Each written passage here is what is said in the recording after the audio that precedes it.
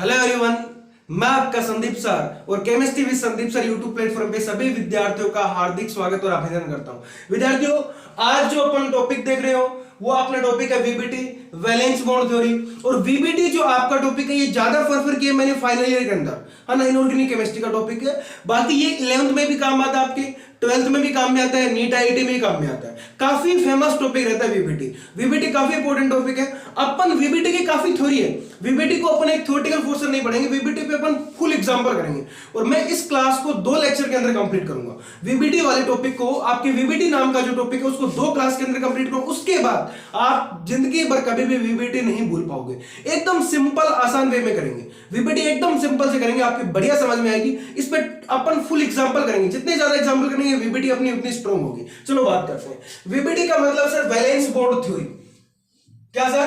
Valence bond theory, संयोजकता बंध सिद्धांत। क्या सर? संयोजकता बंध सिद्धांत। चलो अब मैं इस टॉपिक को एक एग्जांपल से लेता हूं। उपसेचन कोई भी एक कंपाउंड लेता हूं और मैंने वो कंपाउंड ले लिया आपका। सबसे पहले मैंने क्या लिया? एक यौगिक लिया, एक कंपाउंड लिया। वो आपका कंपाउंड है क्रोमियम NH3।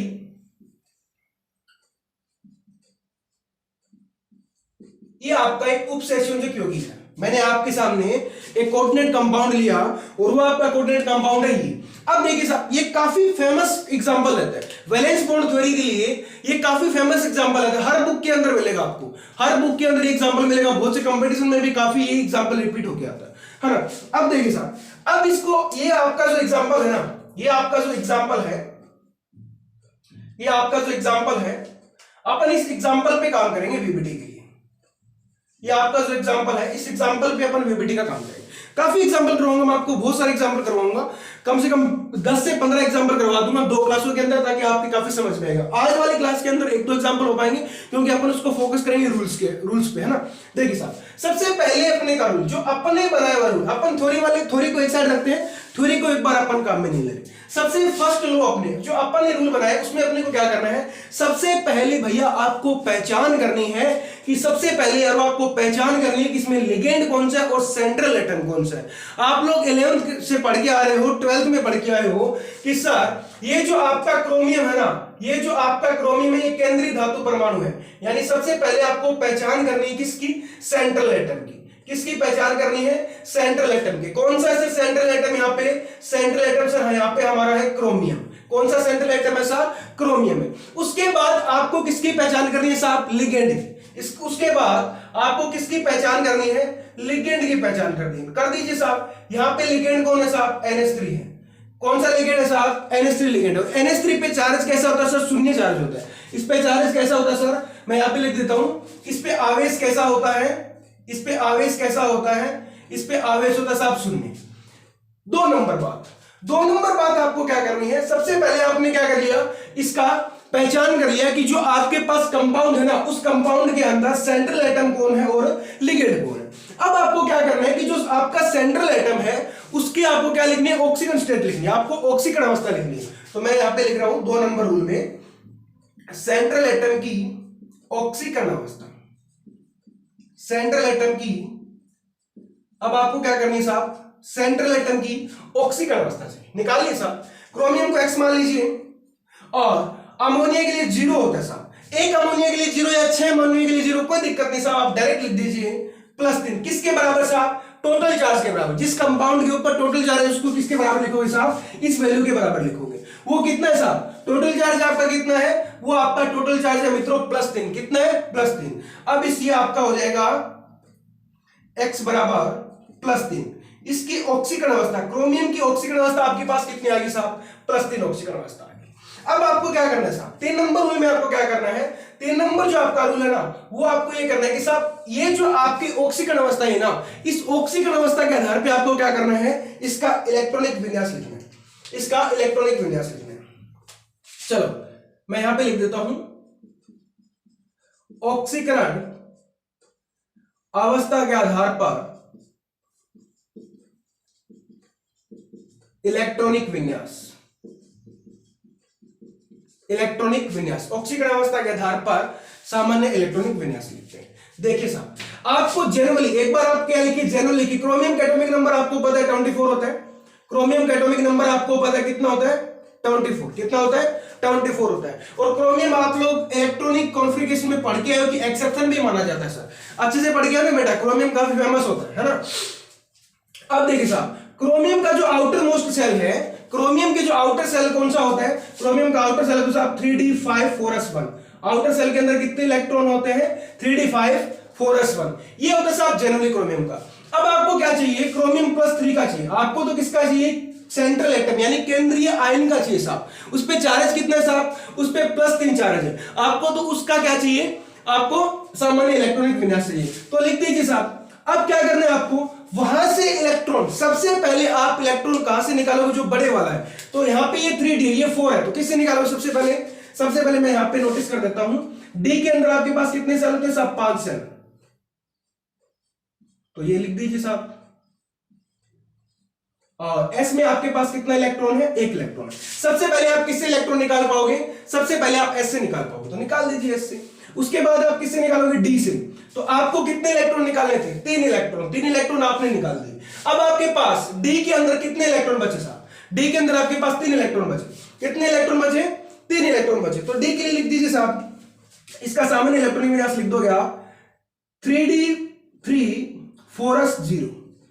इसका सामान्य इलेक्ट्रॉनिक विन्यास क्रोमियम +3 आयन का 3d3 4s0, इसका क्या हो गया, सामान्य इलेक्ट्रॉनिक विन्यास हो गया। अब आपको क्या करना है साहब, अब इंटरेस्टिंग बात, ये आपका रूल था थर्ड, ये आपका कौन सा रूल था, थर्ड रूल था साहब। फोर्थ रूल में आपको क्या करना है, 4 नंबर जो आपका मेथड है, 4 नंबर जो आपका रूल है, उसमें आपको क्या करना है, वो काफी इंटरेस्टिंग बात है। देखिए साहब, आपको क्या बोला सामने वाला, आपके पास लिगेंड, और आप लोग 11th क्लास के अंदर सहसंयोजक बंध नाम पढ़ के है ना, कोवैलेंट बॉन्ड पढ़ के। सहसंयोजक बंध में क्या होता था, मान लो ये परमाणु ए है और ये परमाणु बी है, दोनों को आपस में जुड़ना। ये मैं बात कर रहा हूं 11th क्लास की सहसंयोजक बंध की, ना कि उप सहसंयोजक बंध की। मैं किसकी बात कर रहा हूं, यहां पे सहसंयोजक बंध की बात कर रहा हूं। सहसंयोजक बंध में आप पढ़ के आए थे कि सर परमाणु ए बी के साथ जुड़ना चाहता है, तो ये अपना 1 इलेक्ट्रॉन बीच में रख देगा और ये भी अपना 1 इलेक्ट्रॉन बीच में रख देगा। यानी दोनों के दोनों जो आपके एटम ए और एटम बी है, दोनों का क्या हो रहा है सर, साझा हो रहा है, पार्टनरशिप हो रही है साहब दोनों की, है ना, दोनों के पार्टनरशिप से बनता है। लेकिन यहां पे जो अपना उप सहसंयोजक बंध बना है, यहां पे जो अपना कोऑर्डिनेट बॉन्ड बना है, यहां पे जो आपका कोऑर्डिनेट बॉन्ड बना है ना, वो सब बना है एक कैंडिडेट के डिपेंड पे, इस पे बना है एक कैंडिडेट। अब देखो साहब, NH3 है जो लिगेंड है, आप पढ़ते आ रहे हो कि सर उसके पास देने के लिए एक लोन पेयर होना चाहिए। एक लिगेंड के पास डोनेट करने के लिए एक लोन पेयर होना चाहिए साहब। कितना लोन पेयर होना चाहिए, एक लोन पेयर। तो इसके पास डोनेट करने के लिए साहब एक लोन पेयर है। तो ये अब आप ये बताओ मेरे को कि जब एक जो आपका कंपाउंड है, एक जो आपका लिगेंड है, वो एक लोन पेयर डोनेट करेगा, तो वो अपने दोनों इलेक्ट्रॉन देगा, तो वो कौन सा बंध बनाएगा, उप सहसंयोजक। उसका आप किससे दर्शाते हो, इस एरो से डिनोट करते हैं, है ना बेटा। अब आपको क्या करना है, अब जो आपका एक NH3 के पास एक इलेक्ट्रॉन है, आपके पास यहां पे कितने NH3 है, आपके पास यहां पे सिर्फ 6 NH3 है। कितने NH3 बेटा, 6 NH3 है। तो आप कितने उप सहसंयोजक बंध बनेंगे, 6 बनेंगे। तो बनाइए साहब, देखो डी के अंदर कितने सेल, 5, ये आपका हो गया 3D। 4s के अंदर कितना सेल, 1, ये आपका हो गया 4s। 4s के बाद आपका क्या आता है, 4p। 4s के बाद आपका क्या आता है, 4p आता है। 4s के बाद आपका क्या आता है, 4p आता है। अब देखिए साहब, अब 3 इलेक्ट्रॉन आपके पास डी में पहले से अनपेड इलेक्ट्रॉन पड़े हैं, 3 आपके पास डी में पहले से अनपेड इलेक्ट्रॉन पड़े हैं साहब। अब देखिए, अब साहब एक नियम आता है, अब यहां पे एक नियम आता है जो अपन लोग घर में देखते हैं, उस नियम, घर का बनाया हुआ नियम है। हाँ, नियम ये है कि एक तो आपका होता है प्रबल लिगेंड, एक आपका होता है प्रबल लिगेंड, और एक आपका होता है दुर्बल लिगेंड। एक आपका होता है प्रबल लिगेंड और एक आपका होता है दुर्बल लिगेंड। एक आपका होता है प्रबल लिगेंड और एक आपका होता है दुर्बल लिगेंड। देखिए साहब, प्रबल लिगेंड का मतलब, प्रबल लिगेंड को मैं बराबर कर रहा हूं अपने घर के अंदर जो फूंपाश्री होते हैं ना, उसको, यानी सॉरी जीजा जी। घर के अंदर एक जीजा होता है और एक फूंपा होता है ना साहब। ये फूंपा जी हो गए और वो जीजा जी हो गए साहब। दो लोग होते हैं। अब देखिए साहब, दोनों लोग किसी फंक्शन में आ रहे हैं, दोनों के दोनों लोग, अपना फूंपा भी आ रहा है और अपना जीजा भी आ रहा है। दोनों लोग अपने घर के किसी फंक्शन में आ रहे हैं और फूंपा ये बोलते हैं कि मैं तो 2 दिन पहले आऊंगा और जीजा बोलते हैं मैं एकदम सही टाइम पे, एग्जैक्ट टाइम पे आऊंगा, है ना साहब। अब देखिए, जो आपका जीजा होता है ना, वो घर के अंदर नया मेहमान होता है। घर के अंदर क्या होता है, एकदम प्रो, क्या होता है आपका, एकदम प्रो मेहमान होता है, एकदम नया होता है ना, नूप नहीं होता, है ना। और फूंपा जी अपने नूप हो चुके हैं, है ना। अब देखिए साहब, वो आता है घर में तो उसके लिए स्पेसिफिक तैयारी होती है। वो कहीं जा रहे हैं तो उसको गाड़ी या बाइक, जो भी अपने घर में सुविधाएं होती है उनको अवेलेबल करवाई जाती है, एक्स्ट्रा अलग से रूम। और फूंपा बेचारे आते हैं मस्ती से, कोई दिक्कत नहीं, जैसा खाना हो खा लेंगे, कोई समस्या नहीं। लेकिन वो तो आते नखरे करेगा भाई, हाँ कि ना बोले आप। तो घर के अंदर 2 कैंडिडेट है। अब दोनों जो भी रिलेशनशिप वाले रिश्तेदार है, दोनों में प्रभावी कौन है साहब? जीजा प्रभावी है। तो जीजा आपका हो गया यहाँ पे प्रबल लिगेंड। जीजा जब घर में आएंगे तो अपने को अलग से व्यवस्था करनी पड़ेगी साहब। जीजा जी जब घर में आएंगे तो अपन घर के अंदर उनके लिए अलग से खाना बनता है, अलग से उनका जो है वो सुविधाएं दी जाती है ना। और फूंपा आते हैं बेचारे, ठीक है आना जाना लगा रहता है, आइए कोई दिक्कत नहीं, है ना। तो जीजा के लिए क्या रहता है साहब, एक प्रबल व्यवस्था होती है, एक अलग से व्यवस्था होती है। तो अगर प्रबल लिगेंड आएगा, अगर लिगेंड प्रबल आएगा तो जो आपके डी के पास जो आपके अनपेड इलेक्ट्रॉन है वो युग्मन कर लेंगे। अगर देखिए साहब, मेरे घर के अंदर मान लीजिए 2 रूम है या 3 रूम है। मेरे घर के अंदर आप मान लीजिए एक बार 3 रूम है। एक रूम में मैं रहता हूं, एक रूम में बड़ा भाई रहता है, एक रूम में छोटा भाई रहता है, जो भी है, सिस्टर जो भी है। देखिए साहब, जीजा जी जब भी घर में आएंगे तो आपको वो क्या बोलेंगे कि जो वीआईपी वाला रूम है ना, जो अच्छे वाला रूम है, उसको छोड़ो, आप दूसरे वाले रूम में युग्मन हो जाओ। हम पहले एक कैंडिडेट रह रहे थे, लेकिन अब हम लोगों को क्या करना पड़ा, एक दिन के लिए साथ में रहना पड़ा। अब हम लोगों को क्या करना पड़ा, युग्मन होना पड़ा और एक रूम को पूरा का पूरा क्या करना पड़ा, खाली करना पड़ा। अगर बेटा आपका लिगेंड प्रबल हो तो ये जो डी के इलेक्ट्रॉन है ना, वो क्या कर लेंगे, अपने आप में युग्मन कर लेंगे। लेकिन यहां पे लिगेंड कैसा, NH3 है। यहां पे लिगेंड कौन सा है, NH3। यहां पे लिगेंड ऐसा NH3। NH3 कैसा लिगेंड होता है साहब, दुर्बल लिगेंड होता है। NH3 कैसा लिगेंड होता है, दुर्बल। अब दुर्बल और प्रबल नेक्स्ट क्लास में आपको बताऊंगा, मैं काफी एग्जांपल करेंगे इस पे। NH3 यहां पे क्या होता है साहब, दुर्बल लिगेंड होता है। NH3 यहां पे कैसा लिगेंड, NH3 यहाँ पे दुर्बल लिगेंड। अगर दुर्बल लिगेंड, अगर घर के अंदर फूंपा जी आ रही है तो भाई साहब कोई अलग से व्यवस्था नहीं होने वाली। हाँ ठीक है, आना जाना लगा रहता है, फूंपा जी आ जाएंगे, सब साथ में बैठ जाएंगे, कोई दिक्कत नहीं, कोई अलग से व्यवस्था नहीं होने वाली। तो अगर यहाँ पे दुर्बल लिगेंड आ रहा है तो डी कक्षक यहाँ पे इलेक्ट्रॉनों का युग्मन नहीं करेगा। वो फूंपा जी नहीं बोलेंगे कि मेरे को अलग से रूम दो, अलग से सुविधा दो, तो रूम अपने को खाली करना नहीं पड़ेगा। वही बात है कि अगर यहाँ पे दुर्बल लिगेंड है ना भैया, अगर यहाँ पे दुर्बल लिगेंड है ना, तो आपको इलेक्ट्रॉनों को युग्मन नहीं करवाना है। ये चीज आपको सबसे ध्यान में रखनी है। तो ये अपना जीजावाद और फूंपावाद का जो लो है उसको अच्छे से ध्यान में रखना है भैया, काफी काम में आएगा यार, है ना। अब अपन बात करते हैं आगे। अब देखिए साहब, अब आपको क्या निकालना है, इसका संकरण। अब देखिए, उपसंयोजक बंध के दौरान 2 इलेक्ट्रॉन देगा अमोनिया। NH3 आपका है, वो 2 इलेक्ट्रॉन डोनेट करेगा और कौन सा बंध बनाएगा, उपसहसंयोजक बंध बनाएगा। कौन सा बंध बनाएगा, उपसहसंयोजक बंध बनाएगा। और एक कंपाउंड के अंदर जितने उपसहसंयोजक बंध बने हैं वही उसकी क्या होती है, समन्वय संख्या होती है। अब एक चीज आती है सर, समन्वय संख्या क्या होती है। एक बात आती है सर यहाँ पे अलग से कि सर समन्वय संख्या क्या होती है। कि कोई भी कंपाउंड है, कोई भी लिगेंड है, सेंट्रल एटम को जितने लोन पे डोनेट कर रहा है और जितने आपके क्या बना रहा है, उपसहसंयोजक बंध बना रहा है, वो उसकी क्या होती है, समन्वय संख्या होती है। वो उसकी क्या होती है साहब, समन्वय संख्या। तो यहाँ पे देखिए कितने बने, 1 2 3 4 5 6, 6 क्या बने, 6 कोऑर्डिनेट बॉन्ड बने। तो यहाँ पे समन्वय संख्या कितनी होगी, यहाँ पे समन्वय संख्या आपकी होगी साहब 6। समन्वय संख्या भी कितनी होगी आपकी, 6 होगी। समन्वय संख्या कितनी होगी साहब, समन्वय संख्या आपकी 6 होगी। अब देखिए, अब आपको क्या करना है, इसका संकरण निकालना है, हाइब्रिडाइजेशन। अब आपको इसका क्या निकालना है, संकरण निकालना है। अब आप इसको क्या, आपको क्या चाहिए, इसका संकरण चाहिए, निकाल लीजिए साहब। देखिए संकरण में आपके कौन कौन से कक्षक काम में, आपने कहां पे युग्मन करवाया इलेक्ट्रॉन, आपने कहां पे कोऑर्डिनेट कंपाउंड, कोऑर्डिनेट बॉन्ड बनाया। सर डी के अंदर 2 कक्षक काम में आ रहे हैं, एस के अंदर 1 कक्षक काम में आ रहे हैं और पी के 3 कक्षक काम में आ रहे हैं। डी के अंदर 2 कक्षक, एस का 1 कक्षक और पी के 3 कक्षक काम में आ रहे हैं। यानी ये जो कक्षक है ना, जिन्हें उपसहसंयोजक बंध बना है, ये जो आपके कक्षक है 2 1 3, ये क्या हो गए संकृत कक्षक। ये आपके क्या होंगे भाई, ये आपके होंगे संकृत कक्षक, ये आपके क्या होंगे संकृत कक्षक होंगे। ये जो आपके कक्षक है ना, ये क्या होंगे भाई संकृत कक्षक होंगे। अब ये जब आपके संकृत कक्षक है तो इसका संकरण लिख दीजिए D2sp3, इसका संकरण क्या आ जाएगा D2sp3, संकरण क्या आ जाएगा D2sp3, इसका हाइब्रिडाइजेशन आ जाएगा। कि सर जब बंध निर्माण के दौरान, संकरण के दौरान, जब उपसंयोजक बंध बन रहा था, जब डी के 2 सेल काम में आए थे सर, एस का 1 आया था और पी का 3 आया था सर, 6 लोगों ने कहा सर 6 सेल इसके अंदर काम है।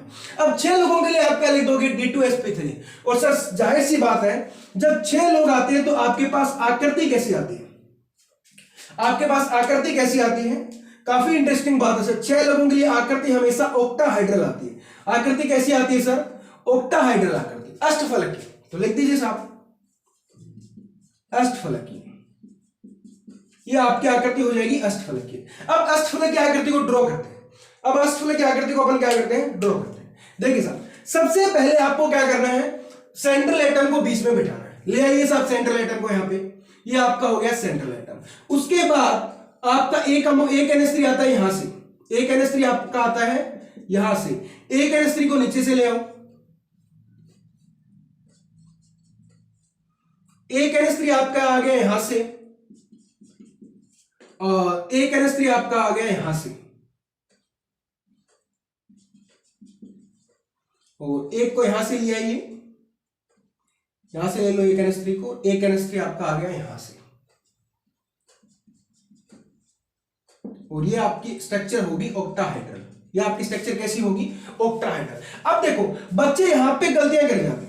बच्चे कहां पे गलती कर जाते हैं कि जो कंपाउंड के ऊपर टोटल चार्ज होता है ना, उस चार्ज को ड्रॉ नहीं करते हैं। बेटा आपको उस चार्ज को दर्शाना है, वरना ये पीपीटी में ये गलत माना जाता है। तो आप इस पे कितना चार्ज है, +3, तो आप इसकी ऑक्सीकरण अवस्था जो भी इसका चार्ज है वो आप कितना लिख दोगे, इसका +3 लिख दोगे। अब देखिए साहब यहां तक कोई दिक्कत नहीं। अब अपने को क्या पढ़ना है भैया, अब अपने को पढ़ना है कि सर ये अनुचुंबकीय है या रंगीन है या इसका चुंबकीय आघूर्ण क्या है, उसके बारे में बात करो। चलो मैं उसके बारे में बात करता हूं। ये इसका फटाक से स्क्रीनशॉट लो ताकि ये नियम आप लोग अच्छे से कवर कर पाओ। फिर मैं एक साइड में यहां पे लिख दूंगा, इसका चुंबकीय आघूर्ण निकाल लेंगे, रंगीन या जो अपना अनुचुंबकीय चुंबकता के आधार पे इस पे बात कर लेंगे। तो फटाक से मैं साइड में हट जाता हूं, 1 मिनट के अंदर इसका स्क्रीनशॉट लो। चलो आपने स्क्रीनशॉट ले लिया होगा। अब मैं बात करता हूं नेक्स्ट। देखिए साहब आप लोगों ने यहां पे 3 अनपेड इलेक्ट्रॉन देखने को मिले। कितने अनपेड इलेक्ट्रॉन है, 3 अनपेड इलेक्ट्रॉन, 1 2 3। अगर किसी भी कंपाउंड में अयुग्मित इलेक्ट्रॉन होगा, अनपेड इलेक्ट्रॉन होगा, तो वो कैसा होगा साहब, वो कलर देगा, वो क्या होगा, रंगीन होगा। वो क्या होगा साहब, रंगीन होगा। क्यों होगा साहब रंगीन, साहब अगर अनपेड इलेक्ट्रॉन है तो वो निम्न सेल से ऊपर सेल जाने हायर सेल के अंदर जाएगा, और जैसे ही वो ऊपर वाले सेल से नीचे वाले सेल से ऊपर वाले सेल में जाता है तो वो ऊपर वाले सेल से नीचे वाले सेल में आता है। तो इस परिवर्तन के दौरान अपने को एक कलर देखने को मिलता है ना, तो वो क्या करता है सर, वो रंगीन होगा।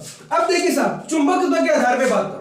अब आप बात करो इसके चुंबकत्व के आधार पे, अगर साहब अनपेड इलेक्ट्रॉन होगा तो वो आपका होगा अनुचुंबकीय।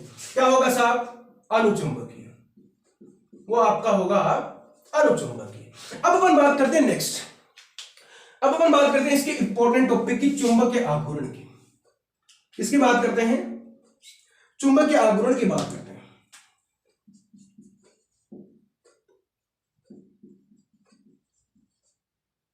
चुंबकीय आघूर्ण आप इसको म्यू से डिनोट करते हो। चुंबकीय आघूर्ण को किससे डिनोट करते हो, म्यू से। चुंबकीय आघूर्ण का आपके पास फॉर्मूला होता है √n और n+2। म्यू बराबर होता है √n और n+2। म्यू बराबर होता है √n और n+2। n यहां पे क्या है, n यहां पे क्या है, अयुग्मित इलेक्ट्रॉन की संख्या। n यहां पे क्या है, अयुग्मित इलेक्ट्रॉन की संख्या। n यहां पे क्या है, अनपेड इलेक्ट्रॉन की संख्या, कि किसी इस कंपाउंड के अंदर अनपेड इलेक्ट्रॉन कितने हैं, है ना, इस हाइब्रिडाइजेशन के दौरान। यहां पे कितने अनपेड इलेक्ट्रॉन है बेटा, 3 अनपेड इलेक्ट्रॉन है, तो रख दीजिए। तो आप इसको रख दीजिए म्यू बराबर 3 गुणा में 2, ये आ गया √15, और √15 की वैल्यू कितनी आती है आपके पास, √15 की वैल्यू आती है 3.72, कितनी आती है बेटा आपके पास 3.72। तो इसका म्यू का मान भी आपके पास कितना आ गया, इसका म्यू का मान भी कितना आ गया। और अच्छा एक बात और साहब, चुंबकीय आघूर्ण को जो आपने मापने की जो है बार मैग्नेटिक बीएम, वो आपका हो जाएगा म्यू बराबर 3.72 बीएम बार मैग्नेटिक। ये चुंबकीय आघूर्ण के मापने की इकाई बीएम होती है बेटा, है ना, बार मैग्नेटिक। ये आपका था बेटे, बहुत सिंपल है यार बेटी, काफी इस पे प्रैक्टिस करेंगे। नेक्स्ट क्लास के अंदर मैं इस पे 10 से 8 से 10 एग्जांपल्स करवाऊंगा, तो आप लोगों के टॉपिक काफी समझ में आएगा। आज अपन ने दुर्बल लिगेंड की बात की, कल अपन प्रबल लिगेंड की बात करेंगे। तो आज ये टॉपिक है काफी एकदम मक्खन जैसा टॉपिक है, बिल्कुल भी घबराने की आवश्यकता नहीं है। नेक्स्ट क्लास के अंदर अपन बात करेंगे इसके आगे के एग्जांपल्स की। चलो मिलते हैं नेक्स्ट क्लास में।